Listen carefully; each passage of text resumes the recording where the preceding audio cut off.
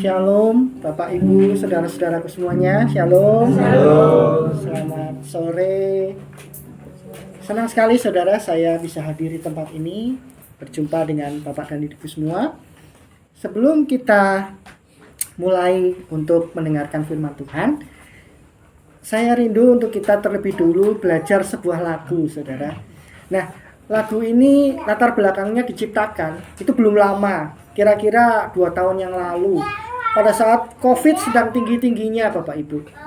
Jadi di Amerika waktu itu sampai 1 juta orang meninggal dalam sebulan karena COVID, saudara. Ya, rumah sakit penuh, ya hampir sama dengan di Indonesia pada waktu itu, ya. Nah, pada saat keadaan sebegitu hebatnya, sebegitu dahsyatnya penyakit ini, ada seorang yang menciptakan lagu ini, saudara. Ya, dikatakan bahwa Yahweh atau Tuhan itu adalah Yahweh Rafa, Tuhan yang menyembuhkan. Yahweh atau Tuhan itu adalah Yahweh Jireh, Tuhan yang menyediakan. Ya, pada saat itu orang banyak sakit karena COVID, betul? Banyak yang di PHK karena pekerjaannya ditutup, betul? Ya, banyak yang kekurangan ekonominya, dan mereka diberkati saat mereka mendengarkan lagu ini. Banyak terjadi mujizat, Bapak Ibu. Yang sakit disembuhkan, yang kekurangan diberkati. Nah, saya rindu kita belajar lagu ini. Singkat sekali, saudara. Ya, tapi lagu ini sangat memberkati bagi kita semuanya.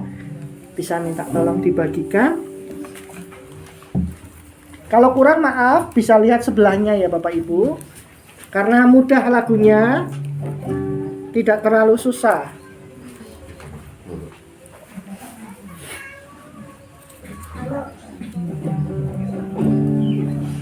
Setelah kita menyanyikan lagu ini, kita belajar, lalu kita akan berdoa untuk firman Tuhan.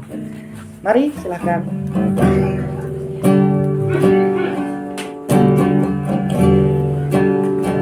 Sudah dapat semua? Ya.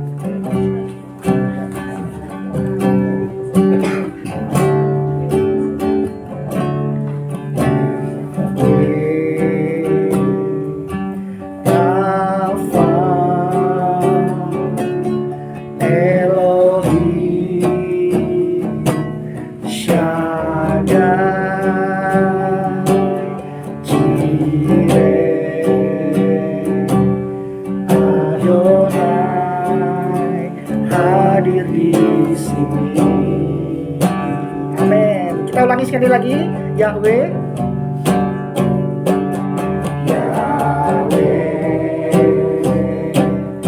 Rafa, Elohim, Shaddai,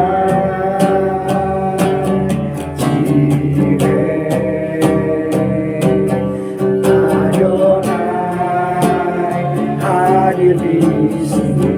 Sekali lagi, Yahweh, haleluya. Yahweh, Rafa, Elohim, Shaddai, Jireh, Adonai, hadir di sini. Baik, Bapak Ibu, mari kita akan berdoa sebelum kita mendengarkan firman Tuhan. Bapa di surga, kami mengucap syukur Engkau hadir di tengah-tengah kami, Tuhan. Engkau berfirman, 2-3 orang berkumpul di dalam nama-Mu, Engkau hadir di tengah-tengah mereka. Saat ini kami lebih dari 2-3 orang, Tuhan. Kami percaya Tuhan, Bapa kami yang baik, Tuhan Yesus Kristus hadir di tengah-tengah kami.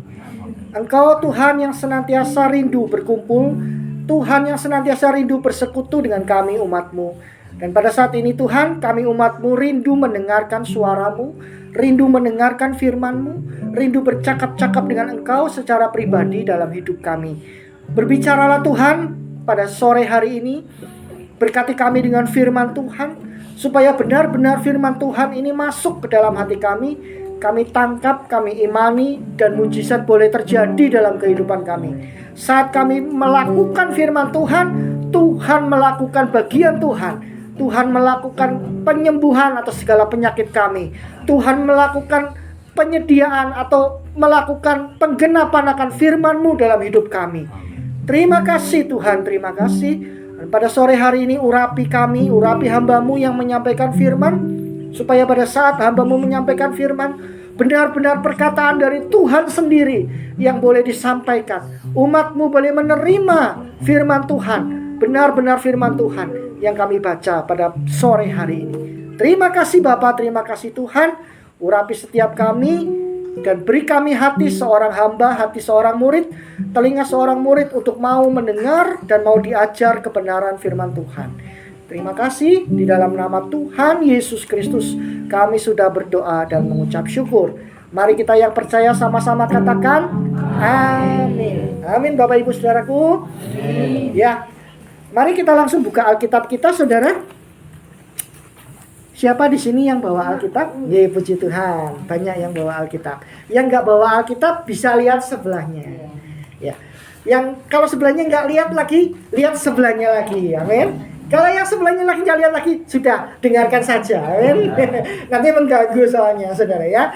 Baik, saudaraku, kita akan buka sama-sama firman Tuhan di dalam Yoel pasal 2 ayat 28 sampai 32. Di dalam kitab Yoel pasal 2 ayat 28 sampai ayat 32. Baik. Firman Tuhan hari ini berkata tentang hari Tuhan. Ayat 28. Kemudian daripada itu akan terjadi bahwa aku akan mencurahkan rohku ke atas semua manusia. Maka anak-anakmu laki-laki dan perempuan akan bernubuat. Orang-orangmu yang tua akan mendapat mimpi. Teruna-terunamu akan mendapat penglihatan-penglihatan. Saudara baca ayat 29, 2, 3. Juga ke atas hamba-hambamu laki-laki dan perempuan akan kucurahkan rohku pada hari-hari itu. Aku akan mengadakan mujizat-mujizat di langit dan di bawah di bumi, darah dan api dan gumpalan-gumpalan asap. Matahari akan berubah menjadi gelap gulita dan bulan menjadi darah sebelum datangnya hari Tuhan yang hebat dan dahsyat itu. Ayat 32 kita baca bersama-sama. 2, 3. Dan barang siapa yang berseru kepada nama Tuhan akan diselamatkan. Sebab di Gunung Sion dan di Yerusalem akan ada keselamatan seperti yang telah difirmankan Tuhan. Dan setiap orang yang dipanggil Tuhan akan termasuk orang-orang yang terlepas. Nah, saudaraku, kalau kita baca Yoel pasal 2 ini, di dalam ayat yang ke-28 sampai ke-29 itu berbicara tentang pencurahan Roh Kudus. Ya, Tuhan akan mencurahkan rohnya ke atas semua hamba-hamba Tuhan, laki-laki perempuan. Maka anak-anaknya akan bernubuat. Yang tua akan mendapat mimpi, saudara ya. Itulah dahsyatnya kuasa Roh Kudus. Nah, sebentar lagi kita akan menyambut hari Pentakosta, yaitu hari pencurahan Roh Kudus, di mana Tuhan mencurahkan Roh Kudusnya. Ya, pada hari Pentakosta, di mana Tuhan mencurahkan Roh Kudus, pada saat itu di Kisah Para Rasul, itu banyak orang berkumpul di loteng Yerusalem, dan mereka mulai berbicara dalam bahasa-bahasa yang baru, yang belum pernah mereka bicarakan sebelumnya. Mereka ada yang dari Israel, ada yang dari Arab, ada yang dari Persia, dari berbagai bangsa. Mereka bisa berbicara bahasa-bahasa bangsa-bangsa lain, saudara. Itu adalah kuasa Roh Kudus. Nah, kita akan menyambut hari itu, saudara. Hari Pentakosta, pencurahan Roh Kudus, di mana Tuhan mencurahkan rohnya. Kuasa Tuhan dinyatakan. Ya, itu ayat 28 sampai 29. Lalu ayat 30 dan 31 itu berbicara tentang tanda-tanda zaman, saudara. Ya, ada bulan menjadi darah, langit gelap gulita, gitu ya. Kemudian ada tanda-tanda alam, ya, guncangan, ya. Itu adalah tanda-tanda yang sedang dan akan terjadi, saudara. Ya, jadi kita melihat hari-hari ini tanda-tanda alam begitu luar biasa. Ada gempa bumi di mana-mana, ya. Kemudian ada apa lagi? Kebakaran di mana-mana, ya. Bulan yang menjadi darah, ya. Bulannya merah, saudara ya. Itu sudah terjadi dan akan terjadi lagi, saudara. Menjelang hari Tuhan, gitu ya. Nah, kita sore hari ini kita akan berbicara khusus tentang ayat yang ke-32, Saudara. Kita baca ayat 32 lagi sama-sama ya, Saudara ya. Yoel 2 ayat 32 tadi kita baca lagi sama-sama. 2, 3. Dan barang siapa yang berseru kepada nama Tuhan akan diselamatkan. Sebab di Gunung Sion dan di Yerusalem akan ada keselamatan, seperti yang telah difirmankan Tuhan. Dan setiap orang yang dipanggil Tuhan akan termasuk orang-orang yang terlepas. Saudara, di ayat ini dikatakan bahwa di dalam nama Tuhan itu ada keselamatan. Betul? Tuhan akan menyelamatkan orang yang berseru kepada nama Tuhan. Nah, kalau saya tanya Bapak Ibu yang ada di tempat ini, siapa nama Tuhan? Semua pasti tahu. Namanya Yesus. Pertanyaan saya bukan itu masalahnya, saudaraku ya. Jadi pertanyaan saya adalah, tahukah Bapak Ibu apa arti dari nama Yesus? Sehingga nama Yesus itu memiliki kuasa. Ada yang tahu arti nama Yesus? Kalau yang tahu arti nama Yesus, angkat tangan, nanti saya kasih hadiah. Ya. Silakan. Ada yang tahu arti nama Yesus? Silakan. Selamat. Juru selamat. Ya agak kurang, ya kurang sedikit Pak. Dilengkapi lagi. Ya nggak apa-apa, boleh lah, nggak apa-apa. Kita berikan aplaus dulu Bapak Ibu. Jadi gini saudara, ya kita baca ayatnya sama-sama aja lah ya. Yuk, makin kita buka sama-sama di dalam Matius pasal 1 ayat 21. Supaya kita semua tahu saudara, arti nama Tuhan kita. Tuhan kita Yesus artinya apa? Sehingga yang menyebut namanya, memanggil namanya, itu akan diselamatkan. Ya, kita baca sama-sama Matius pasal 1 ayat 21. Sama-sama ya Bapak Ibu. 2, 3. Ia akan melahirkan anak laki-laki dan engkau akan menamakan dia siapa? Yesus. Karena apa? Dialah yang akan menyelamatkan umatnya dari dosa mereka. Nah, inilah arti nama Yesus. Jadi pada waktu itu, Bapak Ibu, Malaikat Gabriel itu turun kepada Yusuf. Dan dia berkata bahwa Maria, ibu Yesus, akan melahirkan seorang anak laki-laki. Dan engkau akan menamakan dia siapa? Yesus. Karena apa saudara? Dialah yang akan menyelamatkan umatnya dari dosa mereka. Jadi arti nama Yesus atau bahasa Ibraninya adalah Yeshua. Ya, artinya adalah Tuhan yang menyelamatkan. Atau kalau dalam bahasa Ibrani, Yeshua kepanjangan dari Yahweh Shua. Artinya Yahweh yang menyelamatkan. Jadi saudara nggak usah bingung kalau saya ngomong Yahweh. Yahweh itu bahasa Ibraninya untuk Tuhan. Ya, jadi Tuhan bahasa Ibraninya adalah Yahweh. Oke, baik. Mari kita baca Keluaran pasal 3 ayat ke-15.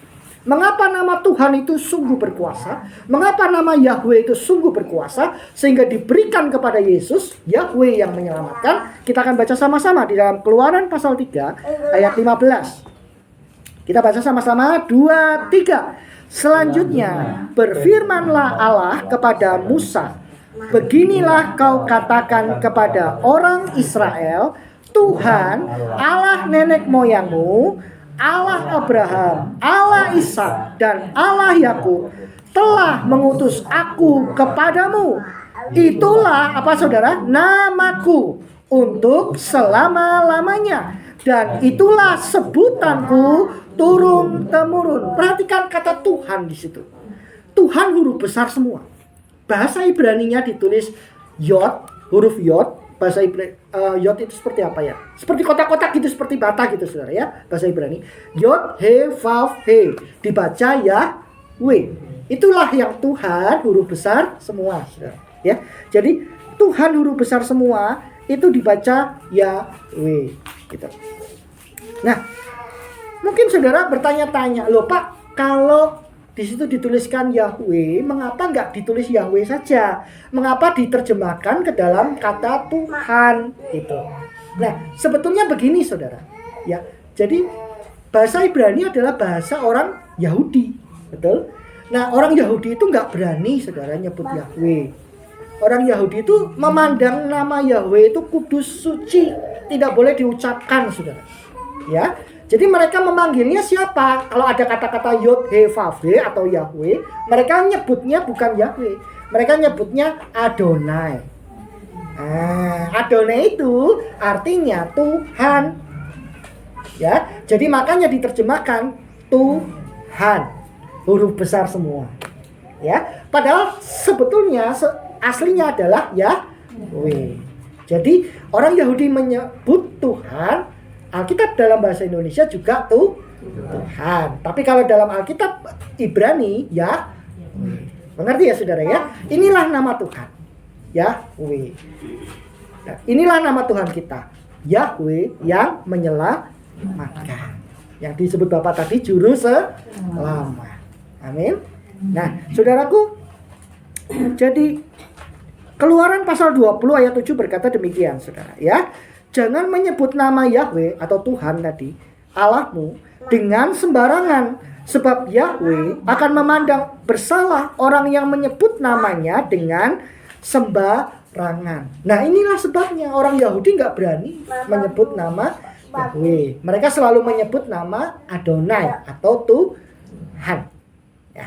Lalu pertanyaannya sekarang, kita orang Kristen, bolehkah kita menyebut nama Yahweh? Bolehkah kita menyebut nama Yeshua atau Yahweh yang menyelamatkan? Jawabannya boleh, saudara. Kita akan baca sama-sama di dalam Maleakhi pasal 3 ayat 16 sampai 18. Boleh dengan catatan, dengan syarat, dengan hormat dan takut, saudara ya. Kita baca sama-sama di dalam Maleakhi pasal 3 ayat 16 sampai 18. Kalau saudara tangkap firman ini luar biasa. Tuhan akan mengasihani engkau, Tuhan akan menyayangi engkau, Tuhan akan menjawab segala doamu. Amin. Kita baca yuk sama-sama yuk. Maleakhi 3 ayat 16 sampai 18. 2, 3. Beginilah berbicara satu sama lain orang-orang yang takut akan Tuhan.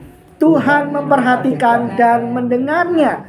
Sebuah kitab peringatan ditulis di hadapannya bagi orang-orang yang takut akan Tuhan dan bagi orang-orang yang menghormati namanya. Mereka akan menjadi milik kesayanganku sendiri. Firman Tuhan semesta alam. Pada hari yang kusiapkan, aku akan mengasihani mereka sama seperti seseorang menyayangi anaknya yang melayani dia.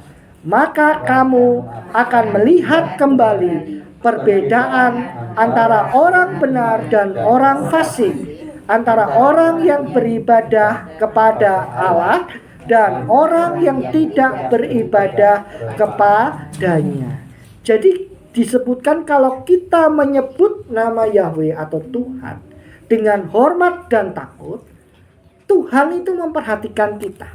Tuhan itu mendengar kita. Tuhan mengasihani kita, Tuhan menyayangi kita. Amin Bapak Ibu. Amin. Kalau kita menyebut namanya Yahweh, Yesus, Yahweh yang menyelamatkan, dengan hormat, dengan takut, ya, dengan sungguh-sungguh, gitu. Mungkin dalam doa kita panggil nama Dia, Yesus, Yahweh, Yahweh Rafa, artinya Tuhan yang menyembuhkan. Ya, saudara baca selebaran tadi ya, dibawa pulang ya. Dibuat doa saudara ya. Yahweh Rafa, Tuhan yang menyembuhkan saya. Yahweh Shaddai, Tuhan yang Maha Kuasa. Yahweh Jireh, Tuhan yang menyediakan, cukupkan, ya. Jadi kalau saudara sungguh-sungguh hormat dan takut akan nama Dia, maka Tuhan akan memperhatikan saudara, menyayangi saudara, menjawab doa saudara. Amin. Amin. Ya. Sebutkan saja nama-nama itu saudara di dalam doa saudara. Saya percaya mujizat pasti terjadi saudara. Saudara yang sakit disembuhkan, saudara yang kekurangan diberkati, dan saudara yang membutuhkan kuasa Tuhan. Tuhan itu Maha Kuasa atas itu saudara. Amin. Amin. Ya saudara. Ya. Jadi kita baca lagi saudara ya. Di dalam Keluaran pasal 15 ayat 26. Keluaran pasal 15 ayat 26. Saya akan bacakan buat saudara, saudara. firman Tuhan. Jika kamu sungguh-sungguh mendengarkan suara Tuhan, atau saya baca Yahweh, Allahmu, dan melakukan apa yang benar di matanya, dan memasang telingamu kepada perintah-perintahnya, dan tetap mengikuti segala ketetapannya, maka aku tidak akan menimpakan kepadamu penyakit manapun yang telah kutimpakan kepada orang Mesir. Sebab aku Yahweh lah yang menyembuhkan engkau. Inilah Yahweh Rafa. Yahweh yang menyembuhkan kita. Tuhan yang menyembuhkan kita. Amin. Ya. Jadi saudara tidak terkena sakit penyakit walaupun Mesir atau orang-orang lain mungkin terkena sakit, saudara. Ya. Tapi saudara diluputkan dari sakit penyakit. Amin. Saudara bisa ada di tempat ini, saudara lolos, tidak sampai meninggal karena COVID. Saya percaya Tuhan meluputkan saudara. Amin. Ya. Kuasa Tuhan bekerja atas setiap orang yang percaya kepadanya. Haleluya. Kemudian kita baca lagi Kejadian pasal 22 ayat 14. Dan Abraham menamai tempat itu Yahweh menyediakan. Sebab itu sampai sekarang dikatakan orang, di atas gunung Yahweh akan disediakan. Inilah Yahweh Jireh, saudara. Tuhan yang menyediakan, Tuhan yang mencukupkan, Tuhan yang membuat saudara tidak berkekurangan. Saat saudara berkekurangan, saat saudara membutuhkan pekerjaan, saudara membutuhkan uang untuk saudara membayar anak sekolah, mungkin anak saudara sekolah, butuh uang sekolah, ya, saudara berdoa. Engkaulah Yahweh Jireh, engkaulah Tuhan yang menyediakan. Saudaraku, anak saya namanya Yesua Jireh, saudara. Ya, saya dari ayat ini, saudara. Ya, Yesua adalah Yahweh yang menyelamatkan, Yesua tadi, dan Jireh. Jireh adalah Yahweh yang menyediakan, Tuhan yang menyediakan.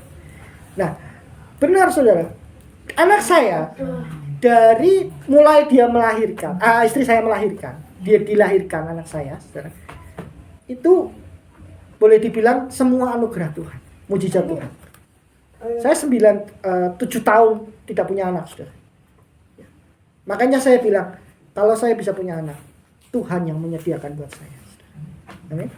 Itulah Yahweh Jireh. Bukan hanya itu, saya nggak punya uang untuk membiayai biaya persalinan anak saya karena harus dioperasi. Tahukah saudara, anak saya dioperasi tanpa bayar, saudara. Saya hanya bayar untuk administrasi, untuk popok dan sebagainya. Dari 16 juta, saya hanya bayar 600.000. Itulah Yahweh Jireh. Amin. Bahkan sampai sekolahnya Tuhan yang membayari, karena saya nggak bisa bayar uang sekolahnya. Itulah Yahweh Jireh. Amin. Saudara percaya, saudara beriman. Mungkin kalau saudara ada yang mau punya anak lagi, boleh dikasih nama Yahweh Jireh atau Yesua Jireh. Boleh, nggak apa-apa. Artinya saudara mengimani bahwa Tuhan itu yang menyediakan buat saudara. Amin. Amin. Ya. Dan itu akan terjadi dalam hidup saudara. Tuhan yang menyediakan. Ya. Mujizat demi mujizat banyak terjadi, saudara. Ya. Dari yang semula kami tidak menyangka bahwa biaya operasi anak kami akan ditanggung, saudara. Karena rumah sakitnya itu waktu itu rumah sakit Panti Rapih, saudara. Ya, di rumah sakit Panti Rapih itu di Jogja itu untuk melahirkan operasi itu tidak bisa BPJS, saudara. Ya. Jadi kalau mau melahirkan operasi harus bayar sendiri. Ya. Makanya sebisa mungkin istri saya melahirkannya kalau bisa normal aja lah. Ya, biar nggak mahal-mahal. Nggak mahal aja masih mahal loh, saudara. Ya, normal aja 5 juta 6 juta loh di Panti Rapih, saudara. Ya. Belum operasi, saudara. Normal aja udah mahal gitu. Kita bisanya bayar normal, ya udahlah normal aja kalau bisa. Tahu nggak saudara? Pada saat istri saya masuk UGD, ketubannya pecah, saudara. Waktu dari rumah masih normal loh, masih jalan-jalan, masih oke.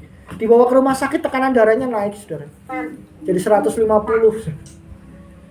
Ya. Dicek lagi, 150 tekanan darahnya, katanya.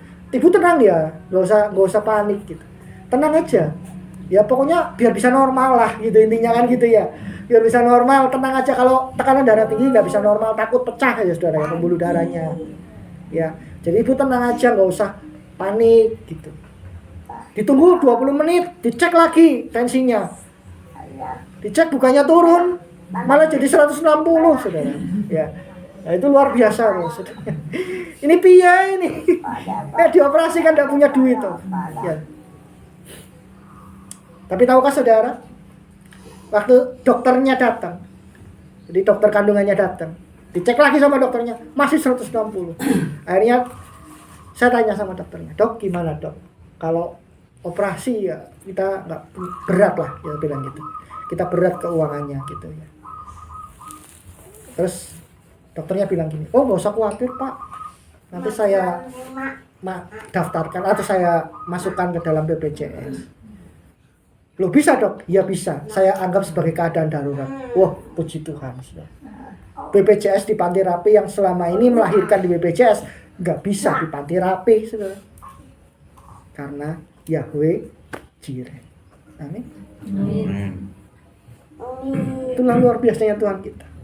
Apa yang nggak pernah kita pikirkan, apa yang nggak pernah timbul dari dalam hati kita, Tuhan yang sediakan buat kita. Luar biasa, saudara. Saya nggak pernah nyangka istri saya tuh akan tekanan darah tinggi waktu masuk ke rumah sakit, saudara.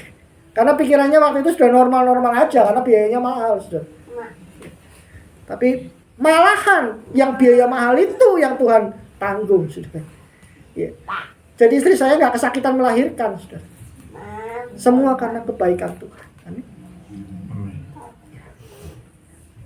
Bapak Ibu pasti tahu lah, sebagai mungkin ibu-ibu ya yang sudah pernah melahirkan, ya, bagaimana sakit bersalin melahirkan anak. Tapi karena Tuhan yang menyediakan, sakit bersalin itu tidak dialami karena Tuhan kita baik. Amin. 2 kali, saudara. Anak yang kedua pun begitu, saudara. Dan BPJS lagi, saudara. Operasi lagi, saudara. Ya, semua operasi, saudara. Justru itu Tuhan yang menyediakan. Karena terus terang, anak pertama saya juga lahir, tapi normal, saudara. Tapi meninggal 20 hari setelah lahir. Karena kelainan di dalam otak. Jadi istri saya tuh punya penyakit toxo, saudara.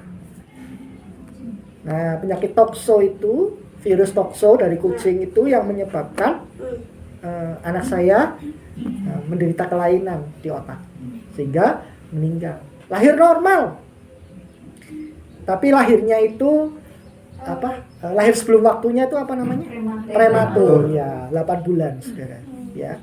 Jadi karena pengaruh virus itu akhirnya nggak bisa bertahan, otaknya terisi cairan, saudara.